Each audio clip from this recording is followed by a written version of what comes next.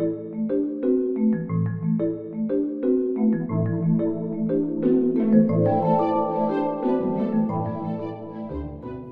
you look back on the complete body of work, are there certain ones that stand out?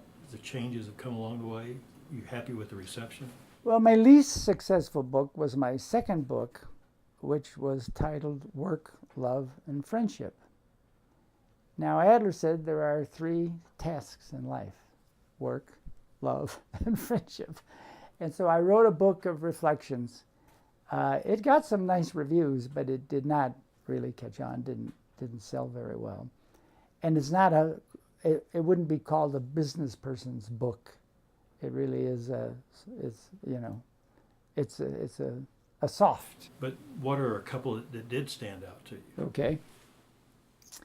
Well, I told you that the second book wasn't very successful, but it gave me a lot of joy and still gives me a lot of joy, and it leads to a lot of cocktail party discussions that are kind of rich. But the third book I did was a very gratifying book. It's Inside Corporate America. I mean, that's its current title. It went through a revision of titles because it was called, the first title was Cox Report on the American Corporation.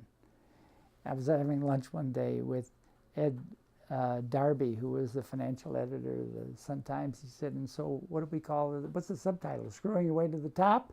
So anyway, bestseller. It probably would be a bestseller. But anyway, the book really today is known as Inside Corporate America. And it's a terrific book, and this book sold well. It was a study, really based on the whole culture of corporate life. And it was a study that involved 13 corporations, top executives and middle management executives, about half and half. There are about 1,100 and some executives involved in it. Required that the participants in this study complete a questionnaire that took an hour to fill out, and we got a 91% return, which is just unheard of. So all the companies were involved. There were consumer, industrial, and service. And this was this 400-item questionnaire, and it just covered just about every aspect of managing and corporations and how do you succeed and what leads to failure. When the manuscript was done, I sent one copy to Lee Iacocca, who was running Chrysler at that point, that had happened, and sent one to Peter Drucker, because of course he was my hero and gave me confidence in the way I thought about business and management. And both responded different ways. Lee Iacocca said this book would require a crane to bring it up to my office, because it was a pretty thick book. It came out in 400 and some pages. Peter Drucker, on the other hand, called me on the phone. He never gets involved in other people's books, and he never offers a quote or anything. His thick Austrian accent. He said, this is a wonderful piece of work.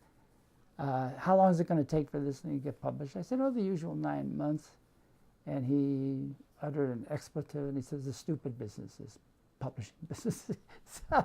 But he liked the book, and he told me why he liked it, and he thought it brought forth all kinds of new information and so on.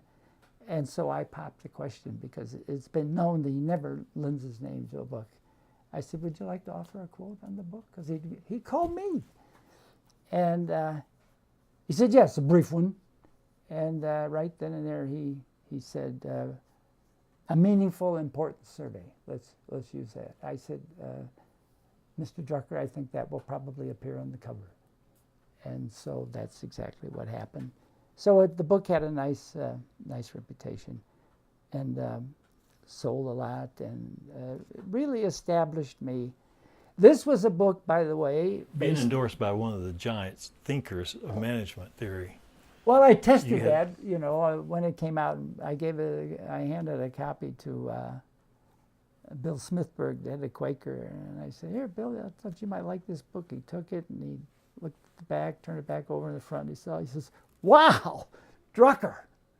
So I knew that this book it had credibility. it established me as a serious researcher, and it did take advantage of my graduate work and my teaching, the stuff in social research. I mean, this was serious social research according to the canons of.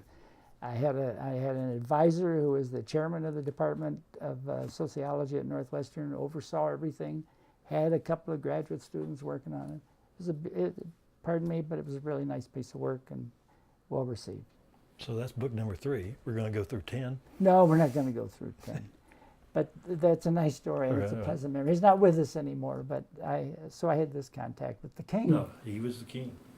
So any other books jump out at you? Well, books, I mean, my books tend to be a little bit different. There's a book that's going to be coming out that's all about teamwork. I mean, strictly teamwork, and it's called Your Place at the Table.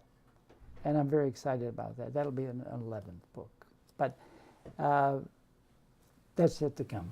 Now, in addition to the 10 you've already written, on business, you've written 3 books on poetry.